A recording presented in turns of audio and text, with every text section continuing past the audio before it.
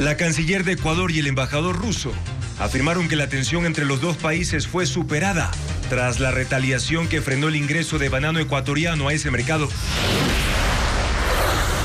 El presidente de la Asamblea Nacional, Henry Kronfle, espera lograr un consenso para aprobar lo bueno de las reformas al Código Penal y dejar fuera la propuesta correísta de impunidad. La Contraloría establece indicios de responsabilidad penal en contra de Sebastián Corral, exsecretario de la administración de Guillermo Lasso, por irregularidades para ejercer ese cargo. Un video muestra a 5 policías en servicio activo que en carro y motos secuestran y extorsionan a un empresario. Los uniformados pedían $100.000 por el rescate. Ya están detenidos. La súbita muerte de Alexei Navalny, principal opositor a Putin, aún no tiene explicación oficial. Él estaba en una cárcel del Ártico de Siberia cumpliendo 2 condenas que suman 28 años. Televistazo revela los alimentos no convencionales que esconde el Chocó andino, que son poco conocidos y están en peligro de extinción, como el yerén o las papas aéreas. Viernes 16 de febrero de 2024. Amigos, bienvenidos a Televistazo Estelar. Comenzamos ya con el desarrollo de la información. El presidente de la Asamblea Nacional no pone fecha aún para reanudar el debate de las reformas al Código Integral Penal, pero confía en que se encontrará el consenso para aprobar lo positivo de la propuesta. Las bancadas también buscan opciones para retirar lo negativo. Patricio Díaz con más detalles. El bloqueo de las reformas al COIP podría encontrar una salida, dicen los legisladores. El presidente de la Asamblea incluso es optimista en que hay formas para que se pueda aprobar lo positivo. En la sesión de ayer, las bancadas se negaron a apoyar la moción para votar del ponente del proyecto, Fernando Cedeño. Pues aunque dividía los artículos en 2 bloques, en ambos se mantenían los temas cuestionados como la revisión de sentencias. El presidente Kronfle dice que hay otras opciones. Una de ellas es presentar una tercera moción, si la del ponente no recibe los votos. Si podemos separar lo positivo, lo negativo y la consulta popular, por decirle en 3 mociones a priori, entonces podríamos buscar los consensos para aprobar lo que se tenga que aprobar y rechazar lo que se tenga que rechazar. El presidente de la Asamblea confirma así que además de los artículos considerados conflictivos, el oficialismo está preocupado por los temas incluidos en la reforma que coinciden con la consulta popular, como el endurecimiento de penas en algunos delitos. Por eso, se dialoga sobre votarlos aparte. Ahí entiendo que el bloque del gobierno se estaría absteniendo. Kronfle menciona también la posibilidad de que el texto regrese a la comisión y que allí se eliminen los artículos conflictivos. Pero esa mesa es de mayoría correísta, lo que torna difícil que aquello ocurra, porque ellos defienden esos cambios. Quien construye, que incluso propuso el archivo de las reformas por considerar que estaban contaminadas con intentos de impunidad, hoy están dispuestos a salvar lo positivo de la reforma. Aquí hay que hacer un trabajo bien minucioso, porque la técnica que utilizaron para incluir lo malo es también muy profesional, si cabe el término, que fue precisamente incluir en los textos elementos pequeños para identificar, para poder promover esta agenda de impunidad. La reanudación de la sesión, según la norma, debería darse en un periodo de 1 mes, pero el presidente de la Asamblea cree que será antes. Vamos a trabajar en el fin de semana, vamos a trabajar con las diferentes bancadas, vamos a darle forma a esto y ojalá podamos llegar a un consenso para la próxima semana. El correísmo por ahora se queda solo en su intención de incluir cambios como la revisión de sentencias, mientras el resto de la Asamblea busca cómo asegurarse de que eso no lo sorprenda dentro de lo que vayan a aprobar. El director de Política Nacional de Control de Drogas de los Estados Unidos llegó al Banana Puerto en Guayaquil para conocer los controles a los contenedores y otros procedimientos de seguridad. Luis Alfredo Zúñiga con más detalles. Cerca de las 10 de la mañana de este viernes, hasta el Banana Puerto, arribó el director de Política Nacional de Control de Drogas de Estados Unidos, Raúl Gupta. Lo hizo en vehículos blindados y con un fuerte resguardo militar que se mantuvo en los exteriores de este puerto privado ubicado en la isla Trinitaria, en el sur de Guayaquil, a tan solo unos metros del Trinipuerto y la terminal portuaria de la ciudad. La reunión se hizo a puerta cerrada y la intención fue conocer el proceso de control interno de contenedores, el funcionamiento de las terminales y demás temas de seguridad que se ejecutan en el sitio. Banana Puerto está a cargo de Naportec, operador portuario de la multinacional estadounidense de fruta, Dole. Según su portal web, tiene una extensión de 112.000 metros cuadrados, 360 metros de muelle, maneja un volumen anual de 229 buques y 2.800.000 toneladas métricas de carga,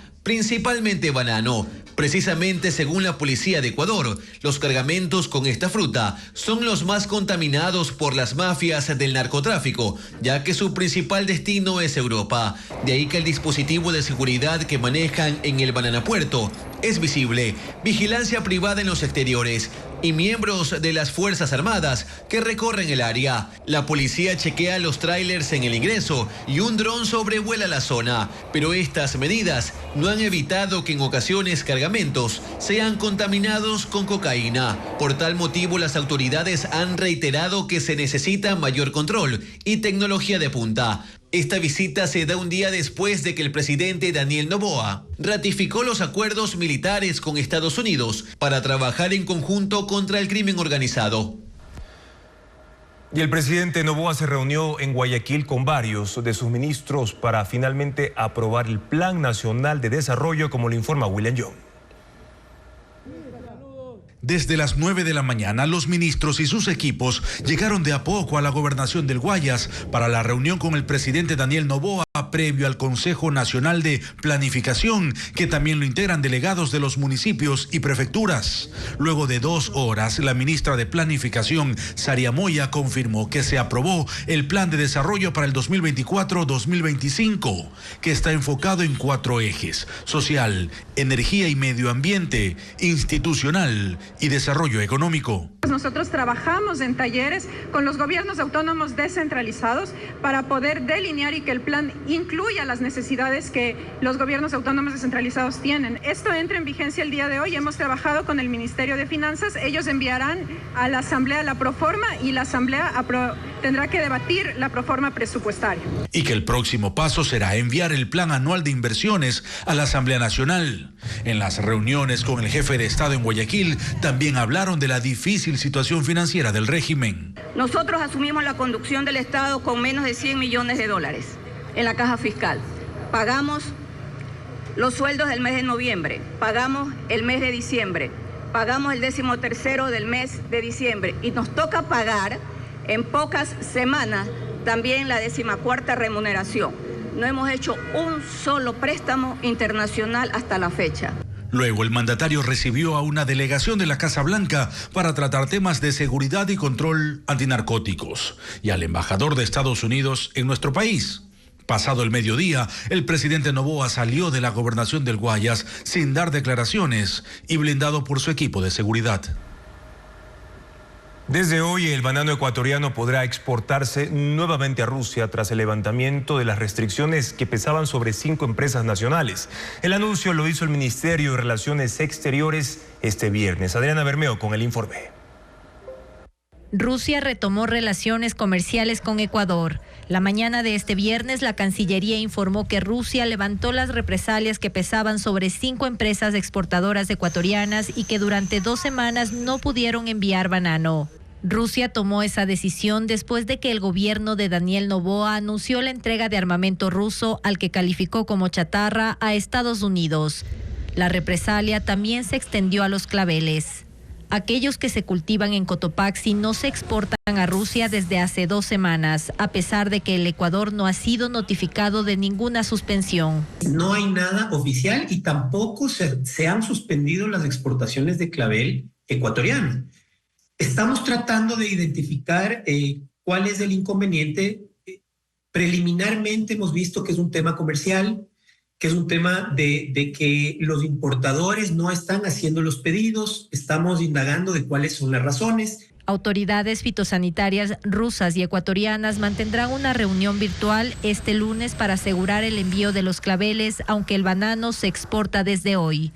La Cancillería también confirmó a Televistazo que se mantiene el viaje de una comisión de alto nivel a Rusia. El objetivo del encuentro en Moscú se desconoce. Hasta ayer era superar lo más pronto posible el impasse. Y la canciller Gabriela Sommerfeld también se pronunció al respecto. Además, una delegación rusa recorrerá plantaciones y dependencias públicas la próxima semana para evitar nuevas sanciones fitosanitarias. El canje de equipos militares será tratado aparte, como informa Luisa María Heredia.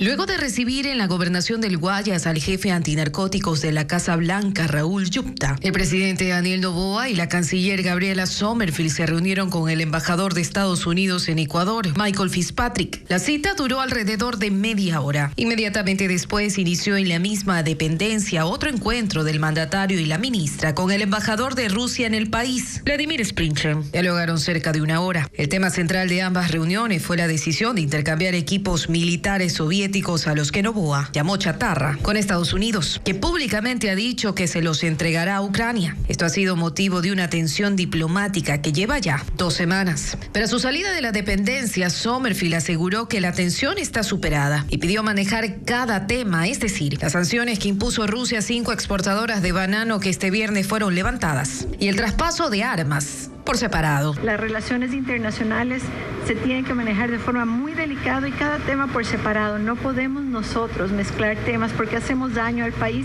Tampoco podemos especular sobre información. Sprinchen secundó el discurso de la canciller. Son 2 temas separados. No apareció en conexión con ese problema de armamento ruso. Y confirmó que el lunes la autoridad fitosanitaria rusa tendrá una reunión virtual con funcionarios de Agrocalidad de Ecuador y que una delegación de ese país hará una visita técnica a plantaciones de banano en Ecuador y a las instalaciones de la dependencia. Sobre el envío de equipos militares a Estados Unidos, dijo: Vamos a esperar un poco. Me parece que el gobierno ecuatoriano, y estoy seguro que el gobierno ecuatoriano no está dedicado a enviar armamento a un conflicto, teniendo en cuenta el estatuto de neutralidad, teniendo en cuenta el papel importante de Ecuador como miembro no permanente del Consejo de Seguridad, tiene una gran responsabilidad, un gran compromiso de participar, contribuir a la solución de los conflictos. Hasta ahora las bases militares donde reposan los equipos que no estarían en funcionamiento. No han llegado nuevas disposiciones. En la base de Taura, por ejemplo, están 6 sistemas misilísticos que son el principal medio de defensa antiaérea de Ecuador en caso de un conflicto y que serían parte del armamento transferido a Estados Unidos. Esos equipos fueron precisamente los que más molestaron al Kremlin, ya que hasta el año pasado Ucrania tenía 18 sistemas similares que se dañaron en combate o fueron capturados por las Fuerzas Armadas rusas. De llegar a sus manos, sería un gran refuerzo facilitado por Ecuador. Según la organización Orden, Conflicto y Violencia, en la lista de transferencia están también 3 helicópteros de la Brigada de Aviación del Ejército, una docena de sistemas de lanzamiento múltiple de cohetes y 34 cañones antiaéreos que fueron comprados a Nicaragua en 1994. A eso se sumarían misiles portátiles, todos de fabricación rusa. No se especifica cuántos, pero más de 200. Ya el régimen los considera viejos. La súbita muerte del principal opositor ruso, Alexei Navalny, aún no tiene explicación oficial. Los motivos de su muerte no han sido revelados. Navalny estaba en una cárcel cumpliendo 2 condenas que suman 28 años. Y según el servicio penitenciario, se desplomó durante una caminata en el patio de la prisión. El caso ahora genera fricciones entre Rusia y países occidentales que señalan al gobierno de Vladimir Putin como responsable, informa Pedro Jiménez. La noticia tomó por sorpresa al mundo. Alexei Navalny, de 47 años, había muerto en prisión en la cárcel de la localidad de Kharp, en el extremo norte del país, una región de clima frío extremo y geográficamente aislada. El sitio es conocido por ser una de las instituciones penitenciarias más severas de Rusia, y los medios de prensa oficiales de ese país, citando a funcionarios de la prisión, dijeron que Navalny se había desplomado en el patio y que los médicos intentaron reanimarlo durante 30 minutos. El Kremlin ha evitado pronunciarse sobre las causas de la muerte, limitándose a decir que hay una investigación en curso. Depende de los doctores determinarlo, señaló el portavoz de la presidencia, Dmitry Peskov, quien dijo además que cualquier sugerencia respecto a que el régimen régimen es responsable es completamente inaceptable para el gobierno de Rusia. Pero justamente las reacciones van en ese sentido. Su esposa, Yulia Navalnaya, que vive exiliada en Alemania como el resto de la familia, asistió a la conferencia de seguridad en Múnich, donde pidió que el presidente Putin y su gobierno sean llevados ante la justicia. Joe Biden, presidente de Estados Unidos, señaló: no se equivoquen, Putin es responsable por la muerte de Navalny. Volodymyr Zelensky, presidente de Ucrania, país en guerra con Rusia por la invasión en curso desde febrero de 2022, afirmó: Navalny obviamente ha sido asesinado. Mientras que la presidenta de la Comisión Europea, Ursula von der Leyen, aseguró que la muerte de Navalny es un sombrío recordatorio de lo que son Putin y su régimen. Otras reacciones se han trasladado a las calles y frente a embajadas rusas en capitales de países europeos, como París, Berlín o Londres. Y también en Sudamérica, como la protesta de esta tarde en Buenos Aires. Pero además hubo manifestaciones en Rusia, una vigilia en San Petersburgo y otra en Moscú. Esta última derivó en una protesta cuando mujeres y hombres que estaban frente a un memorial por Navalny fueron arrestados. Alexei Navalny era el más severo crítico del régimen ruso y enemigo de Vladimir Putin. En más de una ocasión denunció haber sido perseguido y atacado. Fue detenido varias veces y sobrevivió a un intento de envenenamiento. La lucha de Navalny contra la corrupción y los abusos a los derechos humanos fue reconocida incluso con el premio Sájarov, la libertad de conciencia que entrega el Parlamento Europeo. Alexei Navalny, abogado, fue durante más de 10 años la cara visible de la oposición al régimen ruso. Comenzó su activismo comprando acciones de empresas semipúblicas para tener acceso a las cuentas y exigir transparencia. Mediante un sitio web rastreó casos de corrupción y en 2011 convocó a las mayores manifestaciones jamás vistas en Rusia desde la llegada de Putin al poder. Fue detenido y recibió sus primeras penas de prisión, a pesar de las cuales creó una fundación anticorrupción en Rusia, lo que dio paso a nuevos problemas con la justicia. En 2013 fue condenado a 5 años de cárcel por supuesta malversación de fondos, una pena que fue suspendida y quedó en libertad condicional. Se postuló para la presidencia en 2018, pero la Comisión Electoral lo descalificó por la condena que pesaba sobre él.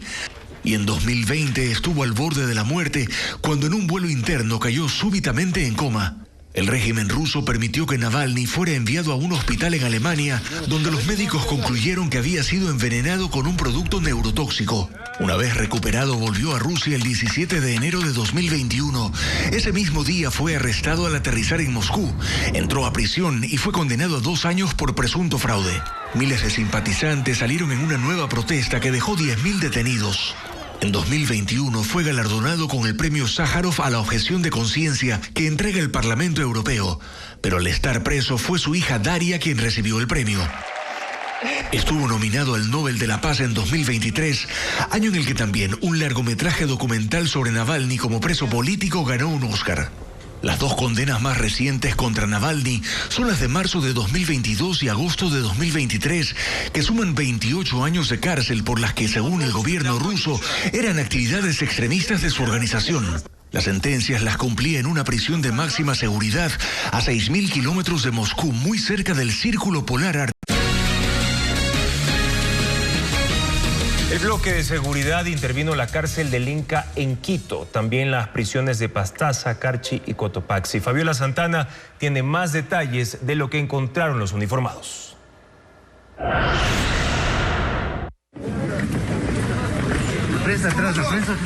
El bloque de seguridad interviene por primera vez la cárcel del Inca del norte de Quito, donde hay 1.300 presos.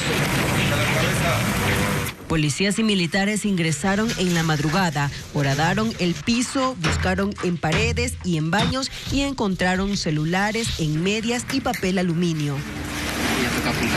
También decomisaron cuchillos, fierros y sobres de droga. Al mediodía, los uniformados calculaban que habían intervenido la mitad de la cárcel y prevén permanecer 5 días. Para los militares, la información que hay en los teléfonos celulares es de mucha importancia para conocer las operaciones de los presos con delincuentes en las calles.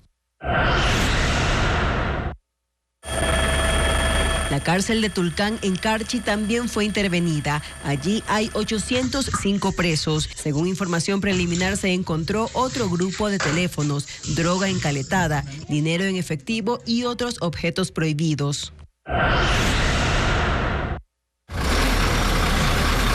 Los operativos se extendieron a la Amazonía. El bloque de seguridad llegó hasta una cárcel pequeña de 50 presos. Registraron el centro de privación de libertad provisional Putuimi de la parroquia Tarqui en el Puyo Pastaza. A silencio. La noche de este jueves, militares y policías encontraron 8 celulares encaletados en la pared de una cocina donde estaban 2 privados de libertad. El operativo se extenderá a otras cárceles que no han sido intervenidas desde el inicio del estado de excepción. El objetivo del gobierno es recuperar el control en los 37 centros de detención. Y las Fuerzas Armadas también ingresaron para intervenir por primera vez a la cárcel de mujeres de Guayaquil en busca de escondites construidos por las presas para ocultar objetos prohibidos. Bessie Granja explica cómo se desarrolló el operativo. Para el operativo militar en la cárcel de mujeres de Guayaquil se escogió un pelotón femenino. Así, 100 uniformadas de las 3 ramas de las Fuerzas Armadas ingresaron a este centro de rehabilitación que por primera vez, dentro de este estado de excepción, fue intervenido. Cadenas, aretes, nada. Allí las autoridades buscaron dentro de los pabellones distintos escondites creados por las presas para guardar objetos prohibidos. Para ello recorrieron cada celda, revisaron los colchones, inclusive las máquinas de coser que están dentro del taller de costura. En este centro de privación de libertad cumplen sentencia 599 mujeres.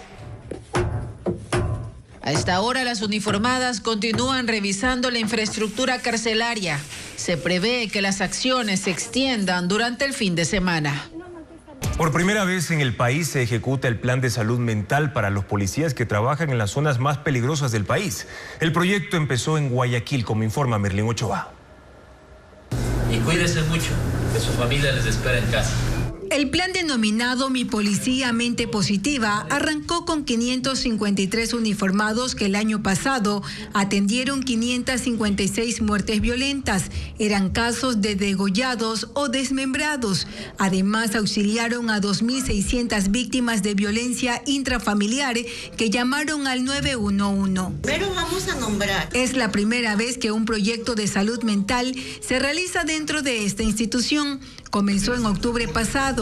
Los agentes ya fueron evaluados y las psicólogas clínicas tienen un diagnóstico inicial. Esos 160 servidores policiales hemos encontrado diversas patologías, como por ejemplo estrés laboral, que no puede faltar, hemos encontrado trastorno de estrés postraumático, hemos encontrado acentuación de rasgos de personalidad, trastornos de ansiedad, problemas de insomnio no orgánico. 160 agentes comenzarán los tratamientos psicoterapéuticos, pero desde este viernes todos, es decir, los 553 uniformados, participan en talleres grupales. Se ha identificado cuáles son los factores de riesgo que cada uno de ellos tiene y necesitamos terapias de relajación, de liberación emocional para tener a un policía en óptimas condiciones para que desarrolle su trabajo ahí. En esta primera fase, el plan se ejecuta en Nueva Prosperina, noroeste de Guayaquil, pues hasta enero era el distrito más peligroso del país. Y ese es el poder de policía que tenemos. El jefe de la zona dice que los policías, desde que participan en el proyecto, salen a trabajar motivados. El proyecto se extenderá a 17 distritos priorizados dentro del país por su alto nivel de peligrosidad. El expresidente del Consejo de la Judicatura, Wilman Terán, y el ex vocal Javier Muñoz aparecen juntos desde la cárcel en un intento de conseguir la libertad. Fabiola Santana informa que se conectaron vía telemática a una audiencia. Si se encuentra en La mayoría de 2 contra 3 en el Consejo de la Judicatura se replicó hoy, pero en la cárcel 4 de Quito. Wilman Terán y Javier Muñoz aparecieron nuevamente juntos en Zoom, ya no para aprobar la destitución de unos jueces y la prórroga de otros, sino para intentar salir de la cárcel. Se conectaron a la audiencia en la que pensaban argumentar que su prisión preventiva por obstrucción a la justicia es ilegal, pero no se instaló por problemas para conformar el tribunal. Horas antes, Muñoz fue noticia justamente por seguir los pasos de Terán. Este 15 de febrero presentó su renuncia irrevocable a su vocalía en la Judicatura. La diferencia es que Terán lo hizo a la semana de ser detenido en el caso Metástasis y Muñoz mes y medio después de su captura y tras fallidos pedidos para conectarse a las sesiones del Pleno desde la cárcel. Mientras el expresidente y el exvocal de la Judicatura siguen compartiendo el mismo objetivo en la cárcel, el Consejo de la Judicatura anunció que convocará a la suplente de Muñoz, Solanda Goyes, para que asuma su puesto en las sesiones. Así se cierra la antigua y cuestionada mayoría de 2 vocales en la Judicatura. Las actas en el momento cada uno se entiende. Al reglamento, Una intensa nevada causó estragos en Moscú. Fue necesaria la intervención de 14.000 máquinas quitanieves en las calles por la acumulación de la nieve. El tráfico colapsó y fue necesario suspender actividades. Las fuertes nevadas en Moscú causaron atascos en el tráfico en toda la ciudad.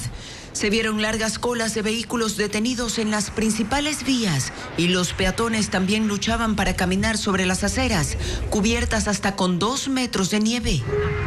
Debido a eso, las autoridades dispusieron la limpieza de las calles, movilizando 14.500 máquinas quitanieves y a 165.000 empleados. La tarde de este jueves, las temperaturas bajaron hasta los 7 grados y continuó cayendo nieve, lo que redujo la visibilidad para los conductores. Esto complicó las actividades, por lo que varias oficinas se cerraron temprano. Los pronósticos advierten que la nevada continuará este viernes. Donald Trump y sus compañías deberán pagar $355 millones en el juicio por fraude empresarial que le sigue la Corte Estatal de Nueva York.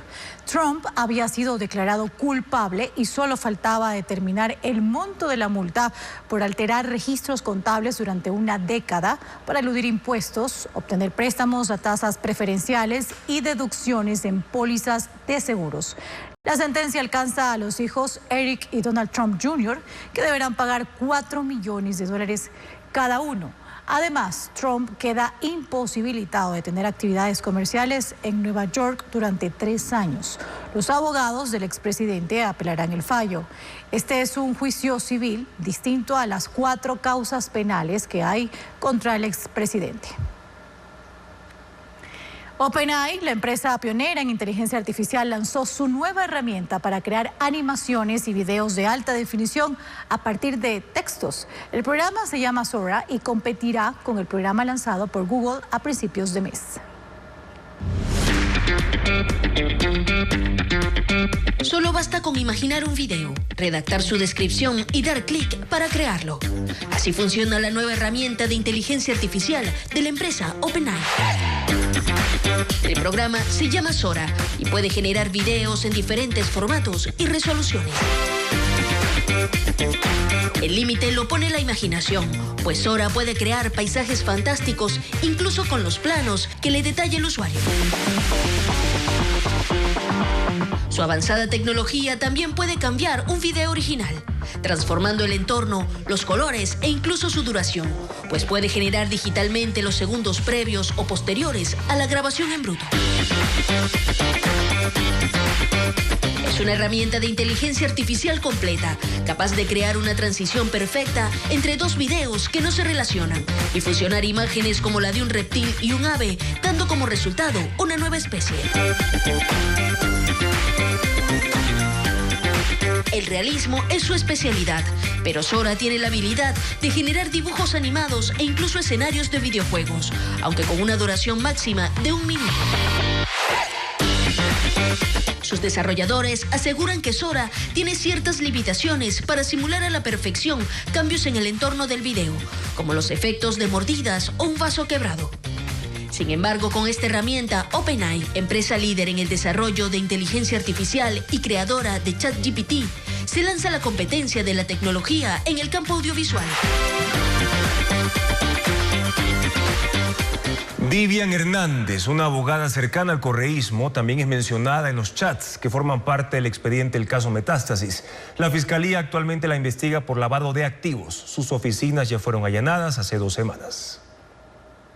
Vivian Hernández, la abogada que estuvo ligada al sector público durante el gobierno de Rafael Correa y que luego fue identificada como su operadora jurídica, pues incluso formó parte de la defensa técnica del caso Sobornos, también aparece en los chats del caso Metástasis. En las conversaciones que fueron extraídas de los celulares que tenía Leandro Norero cuando estaba en la prisión, se menciona en 2 ocasiones a Hernández. El 14 de julio de 2022, Elivia Angulo, alias Estimado, quien lideraba el equipo de abogados del narcotraficante, la nombró como parte de la lista de aliados que tenían dentro de la función judicial, para lograr que Norero, entonces procesado por lavado de activos, recupere la libertad. Mi estimado, Fito no sale es por el tema de asesinato, ¿verdad? Claro, si no hace rato salía. Mi estimado, lo bueno es que después del martes, si le niegan a usted, nos vamos a la Corte Nacional de Justicia. Allá tengo mis amigos, y Romero a los suyos. Yo a esos manes los he tenido con peladas y todo acá en Manta. Byron Guillén, Walter Macías, Vivian Hernández. El 16 de agosto de 2022, alias Estimado volvió a referirse a Vivian Hernández, aunque escribió mal su nombre. Sabe que ayer hablando con un amigo me dice que ese J. Tamayo trabaja con Vivian Hernández. Es recontra que pepa. Vivian Hernández maneja a Saquicela. Angulo habla aquí del juez manabita José Tamayo Arana, quien en 2019 modificó la sentencia de Jorge Luis Zambrano, alias JL Orrasquiña, para que pueda salir de la cárcel. Le cambió la figura de autor por la de cómplice de asesinato, con lo que le redujo la pena de 20 a 8 años de cárcel. En cuanto a Saquicela, actualmente se investiga si se trata de Iván Saquicela, presidente de la Corte Nacional de Justicia, hasta la semana anterior, o de Virgilio Saquicela, presidente de la Asamblea Nacional en 2022. El nombre de Vivian Hernández volvió a saltar a la luz pública hace 2 semanas, cuando en el marco de la indagación previa que se le sigue por lavado de activos, agentes allanaron 3 oficinas en Guayaquil y San Borondón. Ese caso se mantiene en reserva por parte de la Fiscalía.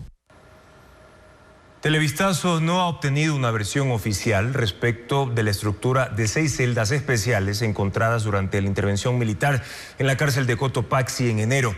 Precisamos, no obstante, que esa infraestructura responde a un pabellón para personas privadas de libertad que hacen parte del programa de protección y asistencia a víctimas y testigos entregado por el SNAI en febrero del año 2021 y que el SNAI no ha confirmado ni desmentido si allí estuvo detenido Jorge Glass.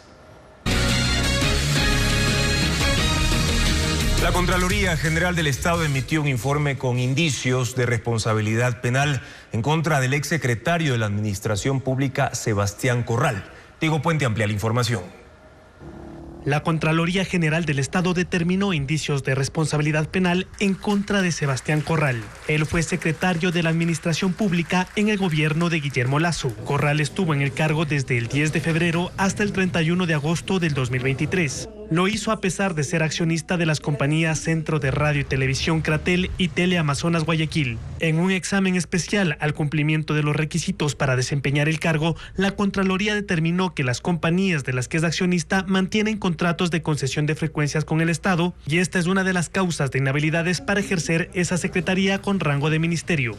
En claro, Corral violentó el artículo 152 de la Constitución y la Ley Orgánica de Servicio Público. En su declaración juramentada, él declaró no encontrarse en curso en ninguna causa legal de impedimento, inhabilidad o prohibición para el ejercicio de un puesto o cargo público. La Contraloría confirmó este viernes una multa de 20 salarios básicos o $9.200 y la prohibición de ejercer cargo público durante 2 años. Los informes con indicios de responsabilidad penal, según la ley que rige a la Contraloría, pasan a la Fiscalía para que se investigue.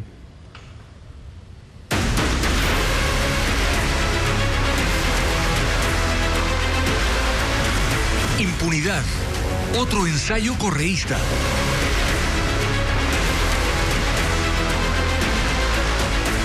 La intención de conseguir un consenso para aprobar las reformas al Código Integral Penal se enfrenta a figuras legales polémicas. Además de la revisión de sentencias, bancadas rechazan otros artículos, como lo informa Patricio Díaz. Los legisladores no dejan de sorprenderse por lo que encuentran en las reformas al Código Penal, aprobadas por la Comisión de Justicia de la Asamblea. Por ejemplo, Se propone que el archivo de una investigación no solo sea de iniciativa de la Fiscalía como hasta ahora, sino también lo podrá hacer la persona investigada. ¿Cómo es posible que quienes están siendo acusados en ciertos casos puedan solicitar el archivo? Artículo 72. De esto no se ha hablado y no existe fundamento alguno que permita darle validez a esos cambios que quieren meterle la mano a la justicia. Los legisladores cuestionan declarar la imprescriptibilidad de delitos que consideran fuera del marco constitucional, como extorsión, secuestro extorsivo, sicariato, narcotráfico, entre otros. Reconocen la gravedad de algunos de ellos, pero piden un mayor análisis.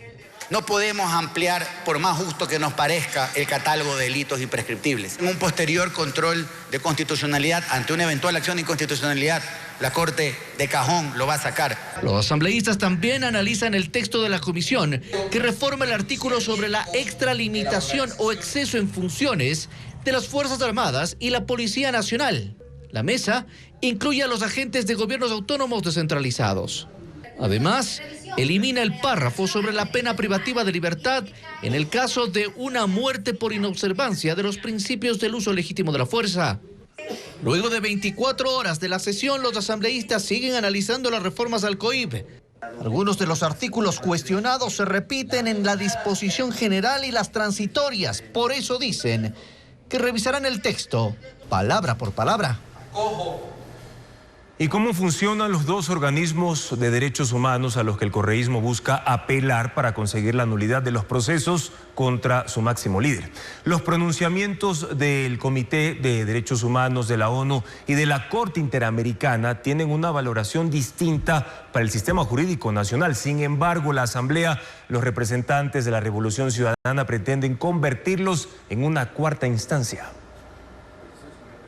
En la Asamblea Nacional intentaron darle un piso a la impunidad y en las reformas al Código Orgánico Integral Penal buscaban incorporar como causal de revisión a las sentencias ejecutoriadas los informes, recomendaciones y observaciones de los organismos de derechos humanos. Pero organismos de defensa de los derechos humanos hay por montones y en el proyecto de reformas al COIP se hace énfasis en la disposición general única al Comité de Derechos Humanos de la ONU y a la Corte Interamericana de Derechos Humanos.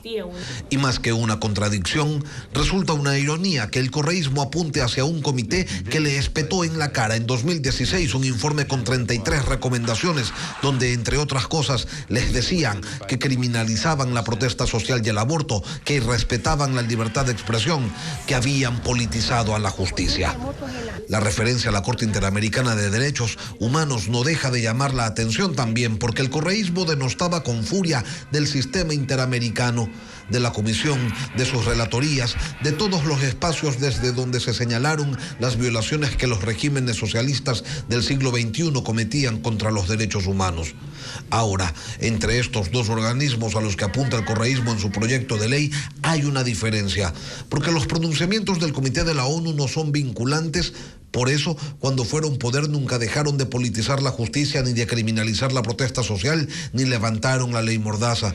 Sin embargo, se entiende que los estados están obligados a seguir sus recomendaciones para reparar abusos cometidos. En cambio, las sentencias de la Corte Interamericana de Derechos Humanos son vinculantes, de obligatorio e inmediato cumplimiento por parte de los estados suscriptores de la Convención Americana. Lo interesante de todo esto, y quizás hasta sospechoso, es que quienes vociferaban contra la autoridad del Sistema Interamericano de Derechos Humanos hoy pretendan convertirlo en una cuarta instancia judicial con capacidad de anular las decisiones internas. La Fiscalía procesará a 2 personas más en el caso Encuentro. Se trata de 2 mujeres que obtuvieron contratos en CENEL y según la Fiscalía son operadoras de Leonardo Cortázar. El juez ya fijó fecha para la audiencia, como lo reporta Jacqueline Rodas.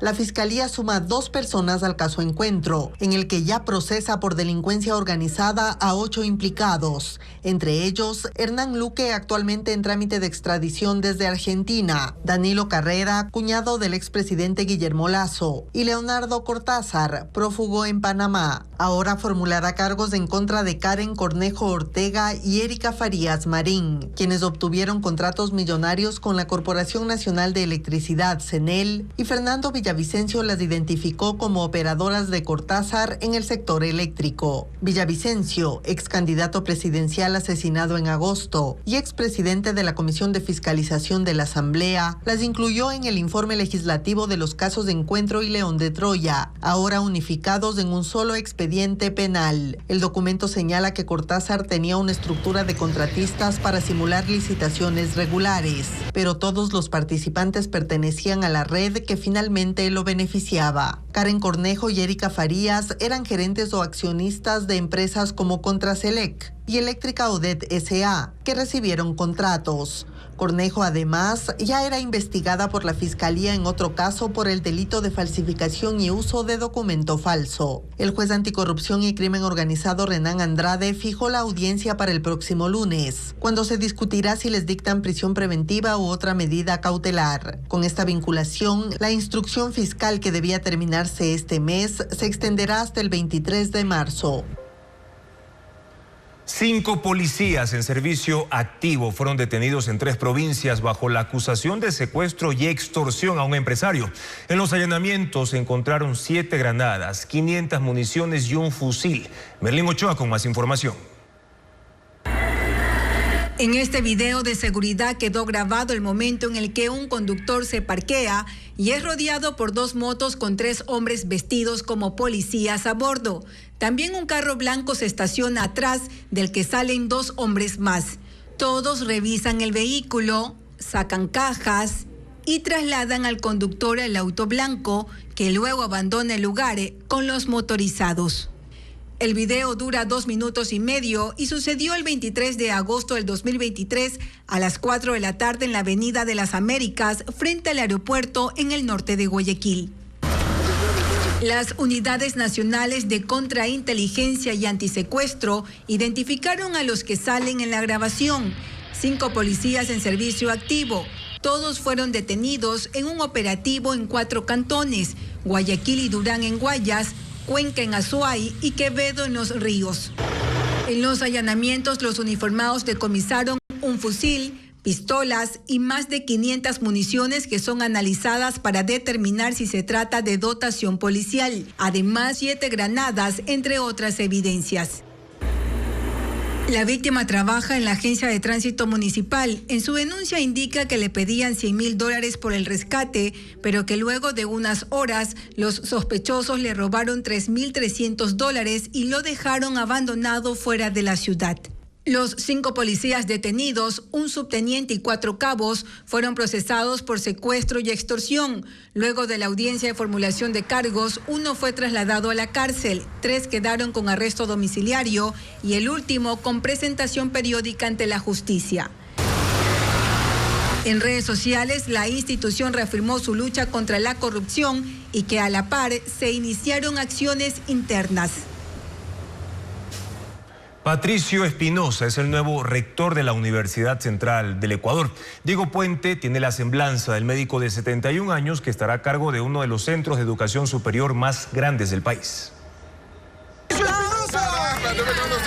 Es el tercer médico que dirigirá de forma consecutiva la Universidad Central del Ecuador. Patricio Espinosa del Pozo cumplió 71 años hace 6 días y hoy celebró la victoria electoral para ocupar el rectorado. Se declara ganadores a los candidatos de la lista 3. Este médico neurocientista nació en Guaranda, estudió en Quito, donde fue el mejor egresado del Colegio Benalcázar. Su maestría la hizo en Croacia y su doctorado y postdoctorado en Estados Unidos. Ha sido profesor invitado en universidades del exterior. En su visión, quería ser rector. Fundó su movimiento Adelante Universidad. Hace 5 años perdió el rectorado compitiendo con Fernando Sempertegui. Tampoco es ajeno a la política.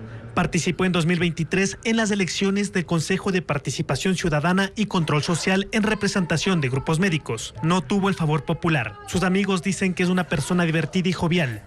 Se ganó entre los estudiantes el mote de Papá Noel por su parecido físico y por su sonrisa. Sus simpatizantes indican que es serio y directo, al punto que le dicen con cariño vikingo. Al rectorado llega con un proyecto: posicionar a la Universidad Central con cerca de 50,000 estudiantes entre las mejores de la región. El momento que vive el país requiere de una universidad a la altura. Sus opositores dicen que con él vuelve al poder universitario el Movimiento Popular Democrático. Lo señalan porque se alió con una agrupación que simpatizan con Unidad Popular, de la cual aún se recuerdan actos violentos que cometieron durante su reinado y tras haber perdido el rectorado hace 15 años. Patricio Espinosa reivindica tener experiencia en el sector público. Lo dice porque fue asesor de Alfredo Palacio en 2002 y subsecretario de Salud en 1994. En China ganan popularidad las aplicaciones que crean parejas con inteligencia artificial. Los usuarios pueden mantener conversaciones sofisticadas y hasta recibir consejos, como lo describe Adriana Bermeo. Amor virtual, pareja real. Esta premisa gana popularidad en China, donde el 9.1% de los jóvenes considera que las parejas o amigos que se crean con inteligencia artificial pueden ser un apoyo emocional cuando se sienten solos. Es lo que dice un sondeo de la red social asiática SoulApp. Estas parejas se forman gracias a aplicaciones que se descargan en teléfonos y computadores. En ellas, los usuarios pueden diseñar a su gusto una pareja. El avatar tiene las características físicas, pero también se le atribuyen otras cualidades como inteligencia, gustos y emociones. Es decir, un perfil que cumpla con las expectativas, cualesquiera que sean, del internauta. La virtualidad aguanta todo. Réplica, OneTalk, Intimate y Forever Voices son las plataformas más populares en China para crear novios con inteligencia artificial. Permiten tener conversaciones, incluso sofisticadas, siempre en chats. También dan consejos. Estas aplicaciones se descargan de forma gratuita. Sin embargo, tienen funciones que cuestan. Por ejemplo, Forever Voices permite enviar mensajes de voz y establecer relaciones con dobles virtuales de celebridades e influencers. Y son polígamas, si el usuario así lo decide. Por estos servicios se paga, en promedio, $1 por cada minuto de conversación. Y los ecuatorianos también usan la inteligencia artificial para buscar una amistad. Pi es el contacto con el que se puede chatear como una innovadora opción para enfrentar la soledad. Vanessa Robles explica cómo funcionan estas tendencias tecnológicas. La siguiente conversación podría ser una charla usual entre dos personas cercanas mediante un chat. ¿Cómo está tu día? Estoy bien. ¿Y tú? Muy bien, gracias. ¿Y tú qué has estado haciendo hoy? Estoy trabajando. ¿Y tú? Estoy respondiendo preguntas y ayudando a personas como tú. Me gusta mucho hablar con gente como tú. ¿De dónde eres? Estoy triste. Terminé con mi novio. Oh, no.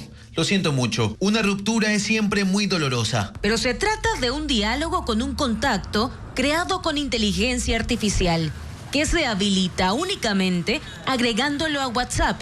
Y su única finalidad es conversar con quien le escriba. Los usuarios acceden a esta herramienta tecnológica ya que aplaca la soledad en algunos casos y en otros lo hacen por curiosidad para compartir ciertas actividades diarias e incluso sus sentimientos. Las respuestas del chatbot son relajadas y de apoyo emocional e incluso le dan al usuario consejos prácticos contra la ansiedad.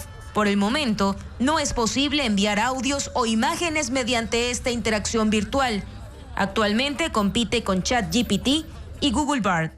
También se puede acceder por medio de una página web y chatear con él en cualquier idioma. Ya son 5 millones de usuarios quienes han usado Pi en el mundo. 6 pacientes del Hospital del Niño Francisco de Icaza Bustamante tocaron la campana de la esperanza en un evento que conmemoró el Día Internacional de la Lucha contra el Cáncer. Este año el Ministerio de Salud Pública promueve una campaña de detección temprana de esa enfermedad, como nos cuenta María Belén Goncalves. Este es el sonido de la campana de la esperanza. Un sonido que todos los padres de los niños diagnosticados con cáncer anhelan escuchar, porque significa que sus pequeños superaron con éxito esta terrible enfermedad. Esa alegría la vivió ayer Elaine Moreno. Su hija fue diagnosticada con leucemia cuando tenía solo 2 años y ahora tiene 12 y ya está en remisión. Feliz, emociones, muchas emociones, felicidad, alegría. Verla a ella ya terminar este ciclo. Fueron 6 niños los que tocaron la campana ayer en el Hospital Dr. Francisco de Icaza Bustamante durante un evento en el que se conmemoró el Día Internacional de la Lucha contra el Cáncer Infantil. Lo que yo sí les digo es que tengan fe, que tengan mucha fe. En Ecuador, el 50% de los niños con cáncer sobreviven a esa enfermedad, según la doctora Doris Calle, jefa del área de oncología. Justamente eso es el objetivo. 20% de sobrevida es bastante bajo y justamente ese es el objetivo de la OMS-OPS, de subir ese porcentaje a un 60%. ¿Y cómo lo logramos? A través del apoyo de medios de comunicación como ustedes, para poder difundir estas campañas de detección, de diagnóstico precoz, diagnóstico oportuno. Por eso, este año, el eje de la campaña es el diagnóstico temprano. Cuando vemos fiebre prolongada de mucho tiempo, que no tiene una explicación, un dolor de cabeza, un bulto, los ganglios que aumentan de tamaño, dolor óseo, o vemos unos moretones, tenemos, como dice la campaña, actúa ahora. No pensar en que puede ser algo que es banal. El linfoma de Hodgkin y la leucemia son los tipos de cáncer que más se registran entre los niños ecuatorianos. El régimen Costa termina su periodo lectivo y los cursos vacacionales ya están listos para recibir a niños y adolescentes con propuestas artísticas y deportivas.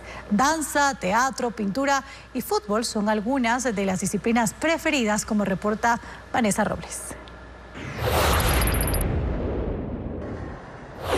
En Guayaquil, los niños de 2 a 5 años fortalecen la motricidad fina en los cursos de mini chef que dicta la Fundación Huancavilca en la sede del Guasmo en el sur y en la Prosperina noroeste de la ciudad. La creación de huertos orgánicos es otra de las actividades. En total, son 10 disciplinas. La inscripción cuesta $10 y las clases vacacionales empiezan el 4 de marzo.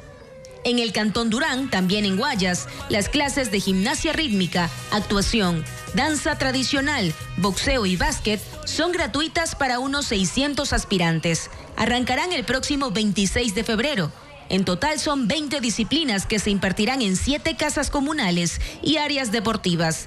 Las inscripciones se receptarán hasta este sábado en el Polideportivo La Ferroviaria y en la Biblioteca Municipal de ese sitio. Será desde las 8 de la mañana. El único requisito es presentar la copia de las cédulas del alumno y su representante. En el Cantón Pasaje, los vacacionales también son gratis. Durante 2 meses, 700 niños de 6 años en adelante se formarán en baile, pintura, teatro y artes circenses, además de deportes e instruirse como bomberos kids. Las clases serán dictadas por personal certificado del Departamento de Desarrollo Cultural y las actividades serán en horarios matutino y vespertino.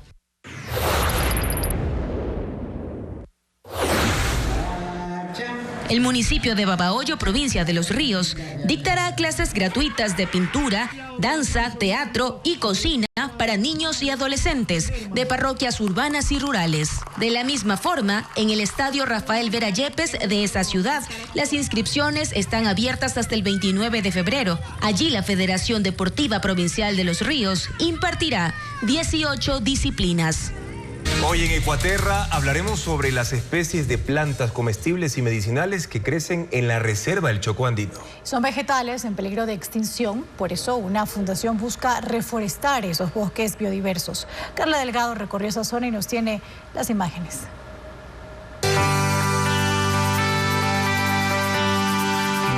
El Chocó Andino no deja de sorprender. Sus 286.000 hectáreas guardan no solo especies importantes de animales como el famoso oso de anteojos, también plantas, 3.200 según los expertos. Lo que no muchos conocen es que dentro de estas especies existen plantas alimenticias no convencionales. La mayoría de ellas crecen de forma silvestre y han estado aquí desde siempre, en la parroquia Nanegalito. A unos 45 minutos de Quito, la Fundación Imaimana las estudia. Mira qué cosa más bella. Sus investigadores saben que en el Chocó Andino hay unas 450. Nina Duarte, ingeniera forestal, cuenta que muchas de ellas han quedado en el olvido, por lo que corren riesgo de desaparecer si no son reproducidas. Y es ahí donde ella y sus colegas intervienen. Que es restaurar, rehabilitar una área que está degradada, que ya no produce bien, y a través de la diversidad de plantas y árboles en el sistema hacer esa restauración, que a la vez es un beneficio para los productores y productoras porque hay una cosecha. El pepinillo silvestre es uno de ellos. Y es una especie silvestre que es aquí en el entorno. Es súper pequeño. Pero es delicioso y hermoso y nutritivo. Más allá encontramos al tomatillo de árbol. Tiene un color diferente a la del tomate de árbol que se conoce.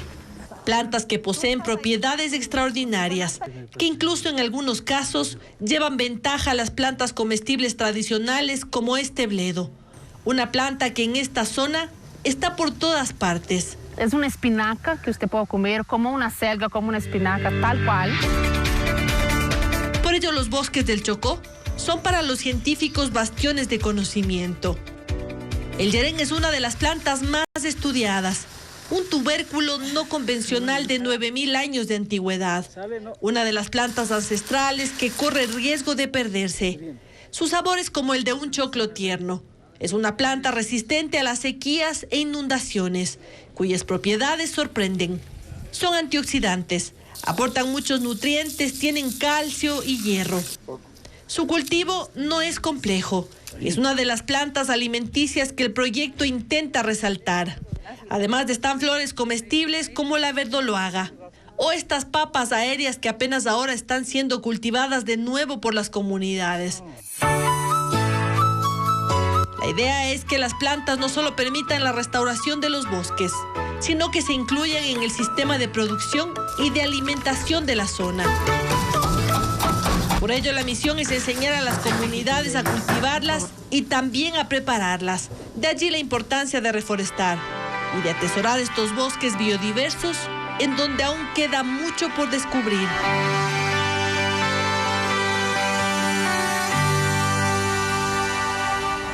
Un bus tecnológico acerca a niños de zonas rurales de Chimborazo al internet y las computadoras. La unidad recorre esa provincia y los hace sentir en otra dimensión. Luis Alfredo Zúñiga con más detalles de ese proyecto. A simple vista parece un autobús cualquiera, pero al abrir sus puertas, niños de comunidades rurales de la provincia de Chimborazo entran en una dimensión desconocida al hallar en su interior lo que para muchos de ellos es su primer contacto con la tecnología. Con computadores portátiles, miles de niños han encontrado en el llamado bus de animación cultural y digital del patronato de la provincia un nuevo mundo, adaptándoles a que dentro de su misma comunidad entiendan que ahí están sus soluciones. El autobús adaptado recorre desde hace 12 años localidades rurales y ha beneficiado a miles de estudiantes. Tiene 15 ordenadores portátiles con los que juegan para conocer luego sobre programación y robótica. Y que hoy pueden ellos mismos manipularla, preguntar, dañar, corregir, mejorar, se ríen. Señalan que utilizan herramientas lúdicas para que los niños se familiaricen y aprendan con la tecnología.